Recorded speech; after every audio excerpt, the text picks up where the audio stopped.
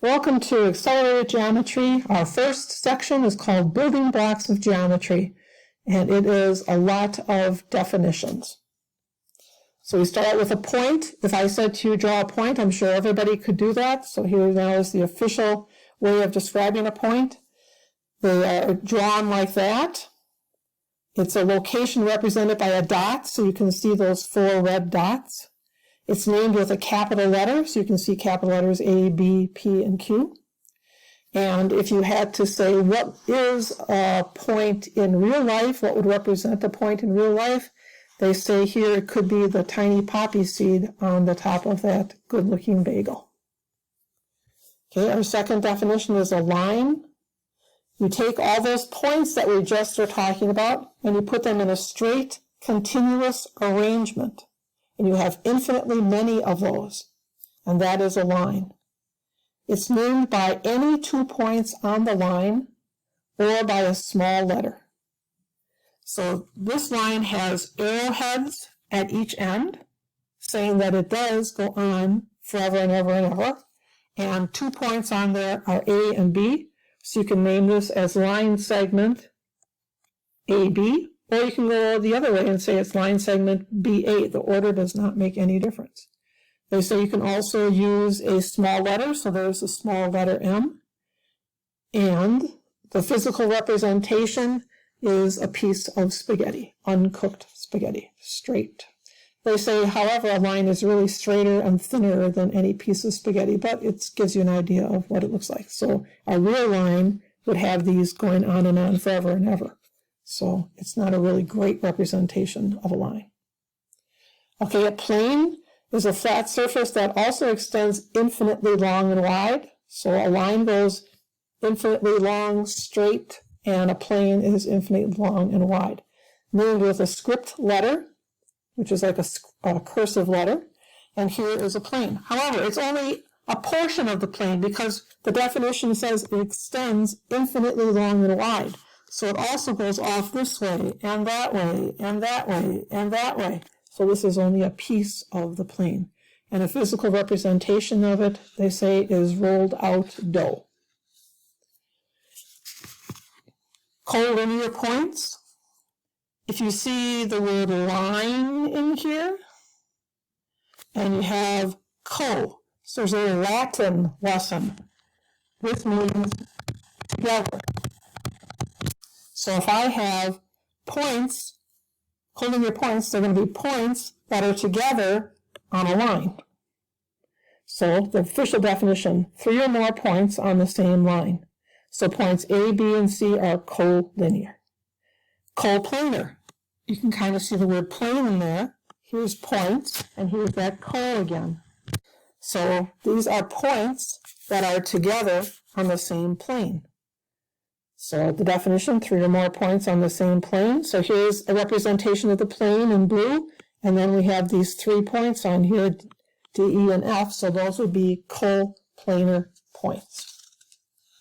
So we have a line that goes forever and ever in both directions, and now we have a portion of that line called the line segment. It's 2 points on a line, and all the continuous points between them that are all collinear with those 2 points.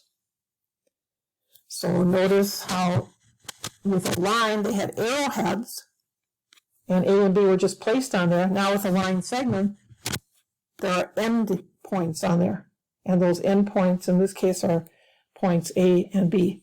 So that would be a line segment. And to write a line segment in symbols, it would be line segment AB. Notice how it's just a straight line here. Or you can go the other way, line segment BA. So if you see that, you know that there are endpoints. Here they are talking a little bit more about how the symbols look. We'll start with this one. This says the measure of line segment AB is 2 inches. So if I look at this example up here, the measure of that line segment is 2 inches, is what they're trying to tell me. If I also am talking about the measurement of it, I don't really need this line segment symbol above it. So I could say AB is equal to 2 inches. So it's kind of saying the distance between A and B is 2 inches. I don't make a big deal out of that. If you had said this with the symbol above there is equal to 2 inches, I don't make a big deal out of that. Here's a silly little example. It's so easy. It says that these 3 towns, Podunkville with a P, Smallville with an S, and Gotham City with a G, are all on a straight highway, and Smallville is in between them somewhere. Then they say the distance from Podunkville to Smallville is 70 kilometers, and the distance from Smallville to Gotham City is 110 kilometers. So the easy question that they're asking you is, how far apart are Podunkville and Gotham City? Well, you can see here, you just have to add those together. So we hope that all our geometry problems this year are going to be that easy. Here's another example of a definition that we need to know. Congruent segments, you can either say congruent or congruent. Both of those pronunciations are acceptable. Those are 2 segments that have the same measure or the same length. So here they have a triangle, and they're showing you that this segment AC is 3.2 centimeters, and they're showing you that this segment DC is 3.2 centimeters. So since the measurements are the same, we can say that AC is equal to DC in that picture. And so therefore, since the measurements are the same, so this is really talking about their measurements, we can now say that the actual line segments are equal to each other, are congruent to each other. So here is the symbol for congruence. It is an equal sign with a squiggle above, if you can see that. And then it's saying that line segment AC is congruent to line segment DC. Here they say if you want to show that in your figure, you could use these tick marks. So when they put a tick mark here and a tick mark here, that's showing that those 2 segments are equal. So back here, if I didn't have the 3.2 and the 3.2, and I wanted to say that they were equal, I could put a tick mark on each. Or I could put 2 tick marks on each. Or I could put 3 tick marks on each. Okay, you can put so many of those tick marks as you want, but see what they did here in this. They wanted to show that this left-hand side, SP, is equal to the right-hand side, RQ, so they put 2 tick marks on each. And then the upper and the lower segments were equal, so they put 3 tick marks on each to show that those are congruent. A midpoint of a segment, a point on the segment that is the same distance from each endpoint. Now, this is kind of confusing at times because it says a point on the segment that is the same distance from each endpoint. If I look at this, I can tell, yes, this is a midpoint. Sometimes students will say the midpoint of a segment is a point that is the same distance from each endpoint. So if this is my endpoint A and my endpoint B, and I have a point up here, that point is the same distance from A as it is from B, but it is not the midpoint. So it has to be a point on the segment that is the same distance from each endpoint. The reason I bring that up is because of some homework problems that are going to ask you about that.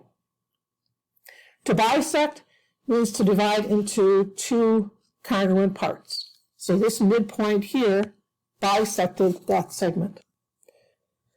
Okay, here's an example. They say, study the diagrams below. Name each midpoint and the segment it bisects. Okay, so since this is 2 centimeters and this is 2 centimeters, I would say that F here is a midpoint of segment CD. If I go to the, and some people say, oh, I think F is also the midpoint of EG. It is not, because they don't tell me what the length is. There are no tick marks on it to say that those are equal, so I cannot assume that they are equal. You can't make assumptions. You have to have something shown to you. In the second figure, these 2 segments are equal, but that does not make H a midpoint, but aha, these 2 segments here and here are equal, and K is on that same line segment with J and L, so therefore K is a midpoint. When I look at this, again, you can't say, well, it looks like it breaks it in half, and so therefore I think N is midpoint. No, because they don't tell you what the measurements are, and they don't give you any tick marks on there to show that they're equal. So I cannot say that n is a midpoint because I don't have enough information to verify that. Okay, another definition, array is an endpoint and all collinear points on one side of that endpoint. So this is a little tricky. So here is an endpoint, and then it goes off into a direction with an arrowhead. Here's an endpoint, and it goes off in one direction with an arrowhead. Here is an endpoint, and it goes off in one direction with an arrowhead.